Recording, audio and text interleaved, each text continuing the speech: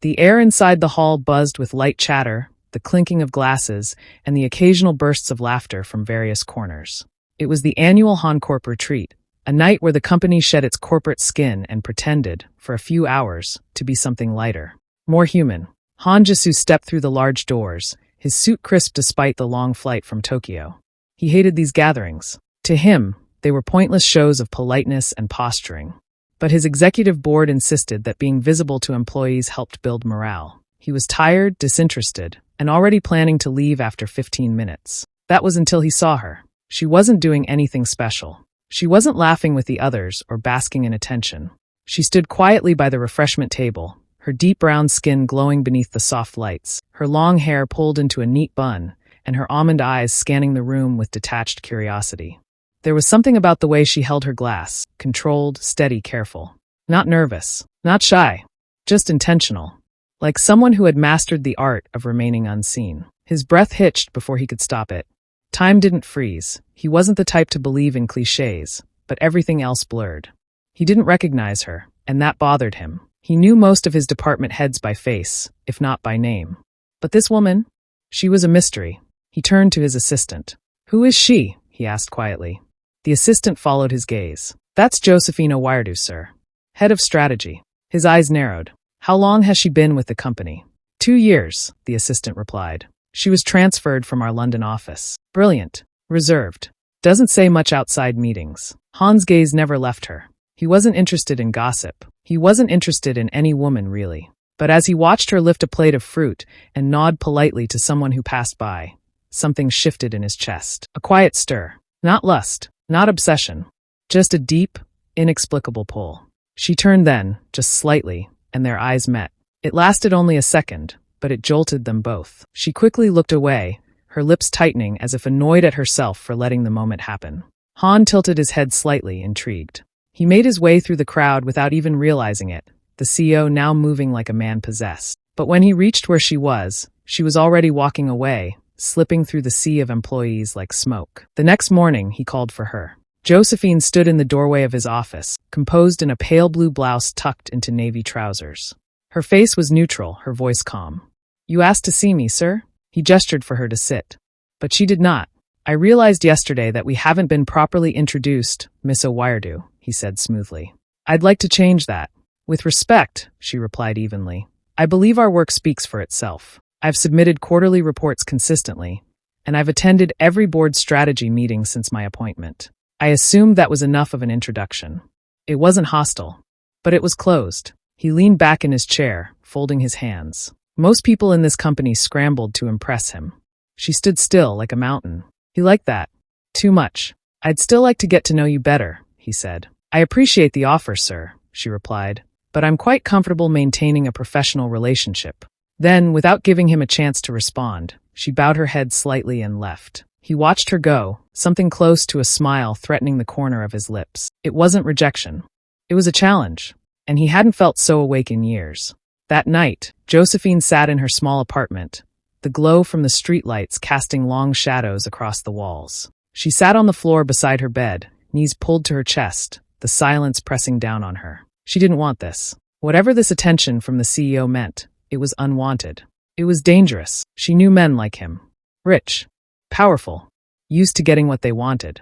She also knew herself. She knew the scars that lined her memory like old burns. She had worked too hard to build her life, to hide what she'd survived. She wouldn't let a man, even one with eyes like his, pull it all apart. Her eyes fluttered shut, and the memory came unbidden. She was 16. Alone. Cold. Sleeping in a dusty alley behind a shop in Accra. Her stomach ached from hunger. She had trusted him, that man who offered food, shelter, promises. But instead, he took what little innocence she had left. Her breathing quickened. Her fingers tightened around the fabric of her pants. "It's over. That life is gone." She whispered it like a mantra, but the truth never soothed the sting. Her past might be behind her, but it always traveled close. Days passed. Han didn't summon her again. But he watched. He observed the way she interacted in meetings. Concise, brilliant, never too familiar. He saw how she avoided touch. When a male colleague laughed and patted her back, she stiffened for half a second before forcing a smile. No one else seemed to notice, but Han did, and something twisted in his chest. He wasn't sure what he was feeling. Concern? Curiosity? Protectiveness? All he knew was that he wanted to understand her. Not fix her. Not own her. Just understand. And that realization terrified him more than anything. Because for the first time in years, Han Jisu, the cold and unreachable CEO of Han Corp, had seen someone. And somehow, impossibly, he wanted to be seen back. It had been a week since their brief exchange in his office, since she refused his invitation to something more than professional. Han Jisu hadn't called her in again. He hadn't sent an email. No follow-up. No pressure. But Josephine felt him watching. Not in a disturbing way. It was different. A silent gaze that lingered just long enough to make her heart skip, then disappeared before it felt too close. She didn't know what to make of him. This CEO who had everything, yet wanted to know her. Men had tried before. But not like this. Not with silence. Not with patience. It unsettled her more than it should. The following Monday, her department was called into an early morning strategy meeting. As head of strategy, Josephine sat at the center of the long glass table, her tablet in front of her, notes ready. She wore a fitted emerald blouse tucked neatly into a black trousers, structured, professional, confident. The doors opened, and in walked Han. He usually sent someone to speak on his behalf. But today he came in person. He said nothing at first, just nodded at the greetings, then sat at the head of the table, his sharp gaze scanning the room until it landed on her. Brief, subtle, but it was there. "Let's begin," he said. Throughout the meeting, Josephine remained calm. She laid out projections, counterpoints, and market insights. She spoke clearly and never fumbled, not even once. Her voice was always strongest when it stayed far from her emotions. But then it happened. One of the senior executives beside her leaned forward to make a point and, in the process, touched her forearm lightly. It was casual, unintentional, but Josephine's body reacted on instinct. She flinched. It was barely noticeable. A twitch of her fingers. A shift in her spine. She even smiled seconds later, pretending nothing had happened. No one saw, except Han. His eyes darkened slightly. He folded his hands, hiding the way they tightened. He didn't speak on it. Didn't glance her way again. But the image played in his mind over and over. And so did the questions. Why did she react like that? Why did it matter to him so much? After the meeting, as everyone filed out, he waited. When only she remained, he stood slowly and walked to where she still sat, organizing her notes. "You handled the projections well," he said. "Thank you, sir. You knew the new board member was going to challenge your model, and you were ready for it." "I did my homework," she said, not looking at him. He tilted his head. "You always do." Finally, she glanced up. "Is there anything else you need?" There it was again. That wall. She never said it rudely, but her tone was always wrapped in soft dismissal, like a carefully folded goodbye. He smiled faintly. Not today. He watched her go, fingers brushing his chin thoughtfully. That night, in his penthouse office, he had asked HR to send the department performance reports. Not because he needed them, but because he wanted to read hers. He wanted to see how her mind worked when no one was watching. Her models were exact. Her summaries insightful. Her approach elegant. He'd met hundreds of people who chased power. But she never did. She wasn't after attention. She simply wanted to do her job and be left alone. But something about the way she withdrew from touch, the flinch, the forced calm, there was a story in that. And he wanted to understand. Not to break her open, but to know how to stand near her without causing harm. Wednesday evening, the hallways of Han Corp were quieter than usual. Most employees had gone home. Only a few lights remained on across departments. Han was heading to his office when he passed by the strategy department. He paused. Her door was slightly ajar, light spilling onto the floor. He looked inside. Josephine sat at her desk, shoulders hunched. Her fingers were pressed against her temple, and her eyes shimmered beneath the glow of her desk lamp. She was crying. Not loudly, not messily, just silent, tired tears that fell slowly down her cheeks one by one. Her laptop screen still glowed behind her, spreadsheets open like nothing had changed. She didn't see him, and he didn't move. Something in him ached. Not because she looked fragile, but because she worked so hard to hide that she ever needed anyone. He wanted to knock, say something, ask if she was okay, but he didn't. Instead, he walked away. That night, Josephine returned home to her quiet apartment. She dropped her bag by the door and exhaled deeply, loosening the pins in her hair. Her scalp ached. Her chest more so. She had held herself together for so long. She forgot what it felt like to unravel. She boiled some tea, letting the warmth distract her, when her phone buzzed. It was a number she didn't recognize, but somehow, she knew exactly who it was from. The message read, You don't have to be strong all the time. Her hand trembled. She read the message again. And again, then slowly deleted it. She didn't reply. But the phone remained in her hand for a long time afterward. Because for the first time in years, a man had noticed her tears and walked away. Not in apathy, but in respect. Not to leave her alone, but to let her choose when she was ready to not be. 2 days had passed, and in that time, neither Josephine nor Han brought up the message he'd sent. The one she had deleted but couldn't forget. He hadn't called her into his office again, hadn't sought her out unnecessarily. And yet still he was everywhere. In meetings she felt his gaze, not invasive, not overwhelming, just present. In the cafeteria, she noticed how his stride paused slightly when he saw her seated alone. And in the elevator, when they shared a ride in silence, she could feel the quiet in her chest deepen, simply because he stood beside her. He didn't say much. But perhaps that was what spoke loudest. So when the invitation came, a formal email from his office inviting her to the annual Hancorp Partners dinner, Josephine stared at the screen longer than necessary. She could have declined. She usually did. She hated events like that. Too many people, too much closeness, too much pretending. But then her eyes drifted to the last line. You are welcome to bring a guest or come alone. Your presence is valued either way. Something in the phrasing, gentle, non-demanding, made her pause. Then she clicked accept. The venue was elegant, housed in one of Seoul's most prestigious hotels. Gold chandeliers glittered overhead. The ballroom glowed in muted tones of cream and champagne. A string quartet played softly near the fountain wall. Josephine arrived in a simple black dress that hugged her waist and flared gently at the knee. Her hair was pulled back into a low chignon, her eyes lined just enough to sharpen her natural grace. She looked around, feeling the stir of attention. It was inevitable. She was the only Ghanaian woman in the room. Stunning, composed, a department head. A quiet enigma. But she didn't care about their stares. Her eyes searched for only one. And then she saw him.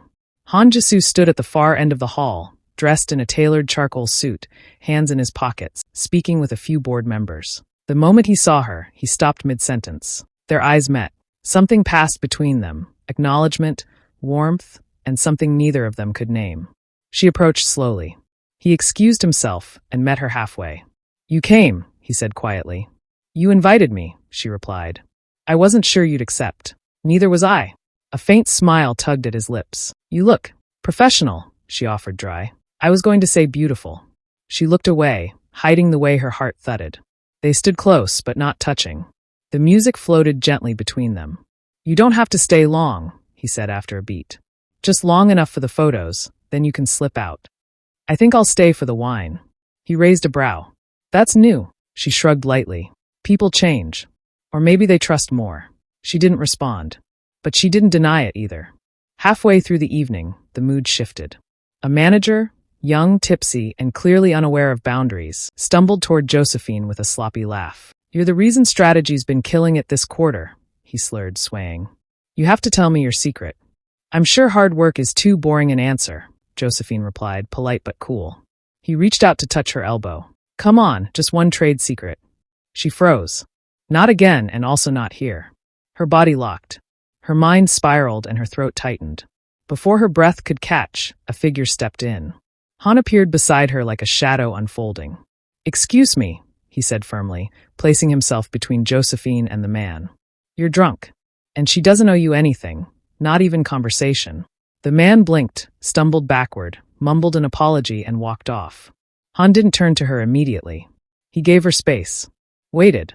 When he finally looked at her, his eyes were soft. Are you all right? She nodded once. Thank you. He nodded back. Nothing more. They didn't speak again until much later, when the event was winding down. Josephine walked alone toward valet parking, but he caught up beside her, matching her pace without a word. Do you usually drive yourself? He asked. I like control, she replied. He said nothing but just followed her to her car. At the door, she hesitated. About earlier. You don't have to explain, he said gently. I didn't mean to freeze. She paused, frustrated. I hate that it still happens. That I still react. He stepped closer. Not too close. The wind tugged at the edges of his coat.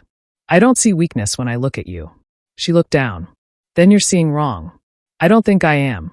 For a moment, she didn't know what to say. Then he did something unexpected.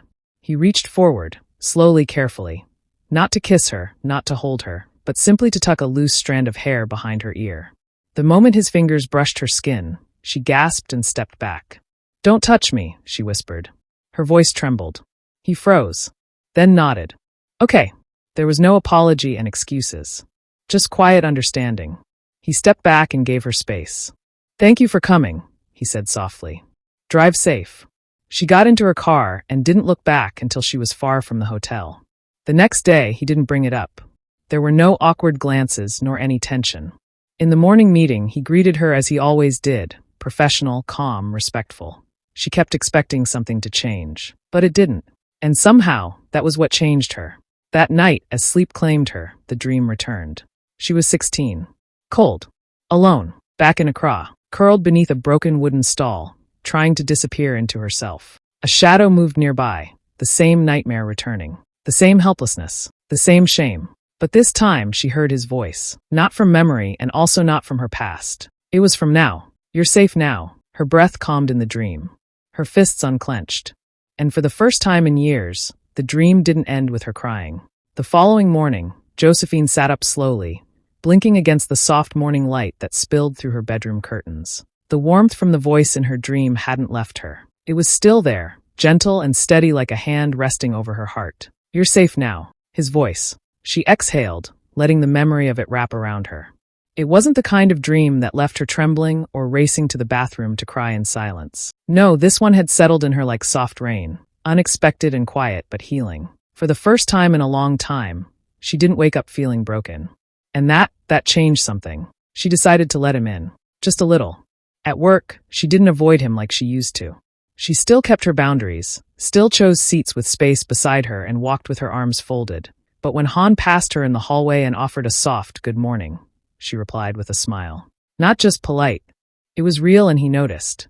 Later that week, they met in a scheduled review session, and for the first time, Josephine allowed the conversation to stray beyond numbers and deadlines. "You're different when you're not being CEO," she said, reaching for her water glass. Her tone was light, teasing even. Han chuckled, leaning back in his chair. "You're different when you're not pushing me away." She looked up at him, surprised. "Was I pushing you away? You didn't have to say it. Your silence was loud enough." She stared at him a moment, then smiled. "That's fair." There was a long pause, not awkward, just full. The air between them had shifted. Still delicate, but warm. From then, it began with texts. Simple things at first. Weather updates. A photo of her coffee cup with a quote written on the sleeve. A line from a book he was reading. She would respond in short, but thoughtful replies. He never double-texted. Never demanded more. He always waited. One evening, just past midnight, her phone buzzed. "Han, can I see you outside work?" She stared at it for a long time. Her fingers hovered over the keyboard. She could already feel her pulse in her neck. The fear crept in, uninvited. What if he expected something? What if this was a mistake? But then she remembered the way he stepped back that night. The way he said, "Okay," when she asked him not to touch her. She typed her reply. "Josephine, one dinner. That's all." He took her to a quiet garden restaurant tucked behind a library in the heart of the city. There were no loud voices, no clinking wine glasses, no high heels echoing on marble floors. Just the sound of a soft breeze, the rustle of bamboo, and a string of paper lanterns glowing above their table like suspended stars. Josephine wore a light gray shawl over a cream dress. Simple, elegant. She had tied her hair back, letting a few strands fall around her face. She looked like peace itself. "You chose this place?" she asked, her voice softer than usual. Han nodded. "I thought you might like somewhere quiet." She sat, her fingers folding neatly in her lap. "Thank you." And he just smiled in response to her thank you. Throughout dinner, he didn't try to impress her. He didn't boast, didn't flirt carelessly. He asked her about her childhood, not the painful parts, but the warm ones. Her favorite books. Her love for solving puzzles. Her dream of becoming an architect once, long ago. "Why didn't you?" he asked gently. She shrugged. Life had other plans. His eyes held hers. "Then it's lucky for Han Corp that it did." She smiled. They finished their meal, and she found herself talking more than she expected. She told him about the market in Accra where she once sold fruit as a teenager. The woman who gave her leftover rice each night. The English teacher at the community center who introduced her to her first book of African poetry. He listened. Completely. No phone, no distractions. And when she fell quiet, he didn't fill the silence. He let it breathe. Eventually, As the wind grew cooler and the candle between them flickered, she spoke again, this time more slowly. "Something happened to me," she said, not looking at him. "When I was younger." He didn't interrupt. "I was living on the streets. I had no one. And one night, someone took advantage of that. Of me." She swallowed. Her voice cracked slightly. "Since then, I've hated being touched. Even when I don't mean to flinch, I do." Silence. Not a silence of shock or pity. Just presence. Josephine finally raised her eyes to his. Han didn't blink. He didn't look away. His voice, when he spoke, was a whisper. "Thank you for telling me." "I don't know why I did," she murmured. "Maybe because you knew I'd listen." She blinked quickly, trying to keep the tears from escaping. He leaned forward, resting his hands on the table, palms open, but still far from hers. "I'll never touch you until you reach for me," he said. Those words, they hit her like a gentle tide. Not a promise, not a plea, just truth. Josephine let out a shaky breath. Most people would say something like, "I'll wait," or "I'll protect you." But you didn't. He smiled faintly. Because love doesn't ask. It doesn't demand. It just stays. She looked at him, the corner of her mouth lifting slightly. "Do you always say things like that?" "Only when I mean them." And for the first time in her life, Josephine believed it. A month passed, soft and unannounced, like petals falling quietly to the ground. Josephine had stopped counting the days since that night in the garden restaurant, the night she told him about the pain she never meant to say out loud. And yet, even after hearing the broken truth, Han didn't run. He stayed, without moving closer. There was a new rhythm now. Conversations in the hallway, shared glances across boardroom tables, texts exchanged late at night when the world felt quiet. They laughed more often. About little things, like how she always took her tea too hot, or how he secretly hated wearing ties but had a whole drawer full of them anyway. Sometimes, she found herself smiling before she realized it. It was a Friday morning when the company felt oddly quiet without her. Han noticed it immediately. Her office was empty. Her light off. No familiar tap of her fingers against the keyboard when he passed by her office. By noon, he checked his phone again. A simple message was sent. "Called in sick. Just a cold. Nothing serious." He stared at the text for longer than he should have. Then, without overthinking, he got up, told his assistant to reschedule his afternoon, and left the building. Josephine was curled up on her couch when she heard the knock. Wrapped in a blanket, her nose red and a tissue clutched in her hand, she frowned as she shuffled to the door. She opened it, and there he stood. Han, dressed down in a gray sweater and dark jeans, holding a paper bag in one hand and a warm thermos in the other. "You're not supposed to be here," she said, her voice hoarse. "I brought soup," he replied, as if that explained everything. She blinked at him. "You cooked." He lifted the bag slightly. "I bought, from the place you like. The one that puts too much ginger, but you secretly love it." A small smile tugged at her lips. She looked tired, pale, but still beautiful in that soft, unguarded way he was coming to recognize. Vulnerable. Real. "I didn't mean for anyone to come," she mumbled. "I'm not just anyone," he said gently, and then quickly added, "Not like that. I just mean, I noticed you were gone." She leaned against the doorframe. "You always notice. I always will." The words hung between them like a thread. He held the soup out. "I won't come in. I just wanted you to have this. If you need anything, you can call me." Josephine looked down at the bag in her hand. "Thank you. Even if you need nothing," Han added, stepping back. "Even if it's just silence, you can call me for that too." After saying this, he turned to leave. She should have let him go. That was the plan. That had always been the plan. Distance kept things manageable. But something shifted inside her. Maybe it was the warmth of the soup in her hands. Maybe it was the way he had looked at her. Not like someone fragile, but like someone worth waiting for. "Wait," she said, barely above a whisper. Han paused, slowly turning back. Josephine stepped outside barefoot. Her blanket slipped from one shoulder, but she didn't notice. Her hair was a mess, her eyes watery. But she took a step toward him. He looked at her, surprised at what she was about to do. "Are you sure?" She didn't answer with words. Her hand reached out, trembling, but steady enough. Fingers lightly touched his. And then she leaned in. The kiss was soft. It was not rushed and also not desperate. Just safe. A quiet brush of lips that said, "I'm trying." A moment that held more healing than 1,000 words could ever hold. When she pulled away, her face was wet with tears. Han didn't speak. He just looked at her like she was something rare. "I didn't think I could ever do that," she whispered, her voice cracking. He stepped forward only enough to wrap the blanket properly around her. "Then this is where we begin." Josephine nodded, clutching the lapels of the blanket tightly around her. She looked up at him again. Will you stay a little? He didn't ask where. He didn't assume. Out here, she added softly, sitting on the edge of her doorstep. He sat beside her, without touching her. The afternoon light fell gently over them. For a while neither spoke. Birds chirped somewhere in the distance, and a breeze rustled through the trees. And in the quiet something bloomed. Not love. Not yet, but the fragile start of something honest. And that, for Josephine, was everything. Through the months that followed, something shifted between Josephine and Han, not suddenly, but slowly, like dawn unfolding across a quiet sky. They became inseparable in the softest, most natural way. They no longer hid the smiles exchanged across the office, nor the subtle way their energies pulled toward each other like the tide. Instead, they wore their love out in the open, effortlessly, without apology. Han would wait patiently outside her office door each evening, leaning casually against the frame as she gathered her things, offering a quiet compliment that always made her laugh. She brought him coffee in the mornings, exactly the way he liked it, black with a hint of cinnamon, and he'd pretend not to notice how she always remembered the little things. They had their rituals, shared lunches on the rooftop terrace, hands brushing under conference tables, her head resting lightly on his shoulder when late nights turned into early mornings. The staff noticed, of course they did. A glance here, a laugh there, but no one dared speak of it, not out of fear but out of respect. It was the kind of love you didn't interrupt. Whatever wall had once stood between them had quietly crumbled. Then, one Friday afternoon, everything shifted again. The building seemed to hold its breath as Madame Seo, the CEO's mother, stepped through the elevator doors. Clad in a cream hanbok with matching pearl earrings, she moved with quiet elegance, the weight of old soul nobility in every step.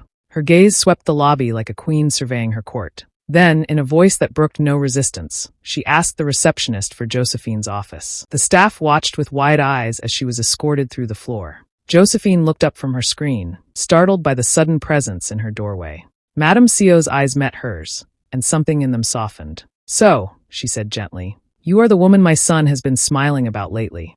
Josephine stood slowly. Mrs. Seo, it's a pleasure to meet you. Madame Seo took her in, the way she held her spine straight, the warmth beneath her reserve, the unspoken ache that hadn't hardened her. My son has never shown affection for anyone before, she said. But when I saw the way he looks at your photo on his phone, I knew I had to meet you. At that moment, Han entered the office. He froze for just a breath, then gave Josephine a subtle, reassuring nod. Madame Seo did not glance at him. I see it now, she continued. You have strength, and a kind heart. Then she turned toward her son as she walked past him, her voice light but firm. You'd better come home tonight and tell your father about this relationship. I will, Mum, he replied softly. She nodded once and was gone. That evening, in the warmth of the family home, Han sat across from his parents. The fire crackled between them. He spoke, not hurriedly but honestly. He told them everything. How he met her, how slowly she let him in, how she taught him that love didn't have to shout, it could whisper, and still be the loudest truth of all. She's had a hard life, Han said quietly, but she never let it break her. And now, I can't imagine life without her. His father gave a single, steady nod, approval, quiet but unmistakable. Madame Seo reached across the table and took her son's hand. Her eyes glistened. She's not broken, Han, she said. She's a miracle. Han looked down, then back up with a small smile. Yes, she is. 5 months later, after Josephine had met his parents and received not just their blessing but their quiet affection, the couple boarded a flight to Ghana. For Josephine, it was more than a visit. It was a return, a reckoning, a homecoming, not as the girl who had been left behind, but as a woman who had endured, who had healed. They visited the orphanage where she had spent her early years. The director, now an older woman with graying hair and soft eyes, embraced her tightly. I always knew you'd do something special, she whispered. Josephine spent hours talking to the girls, listening to their dreams, telling them her story. She didn't sugarcoat it. She told them that strength didn't mean never being afraid.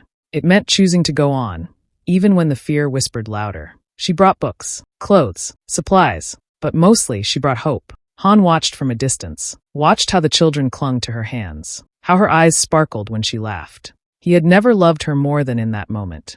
On their last evening in Ghana, the sky blazed molten orange and faded into soft pink as they walked barefoot along the shore. Josephine held her sandals in one hand, her other hand loosely twined with his. Then Han stopped. He turned toward her, heart pounding, and dropped to one knee in the warm sand. Han, she breathed, eyes wide. He looked up, nervous and steady all at once. I don't need you to be perfect, he said. I just need you to be mine. For a long moment, there was only the ocean. Then, through tears, Josephine smiled. I already am. A year later, they were married in Seoul. It wasn't grand. There were no celebrity guests, no extravagance, just warm laughter, close friends, family, and a love that had taken root in silence and grown into something unshakable. Josephine wore a simple, elegant gown. Han wore a dark navy suit, his eyes never leaving her. Their vows weren't long, but they were real. When Han kissed her, deeply and openly, Josephine didn't flinch. She kissed him back, with no fear. No shadows. Just love. At last. Sometimes the softest touch heals the deepest wounds. Love stories like this one? Then hit that like button, drop your thoughts in the comments, and subscribe now for more unforgettable narratives like this.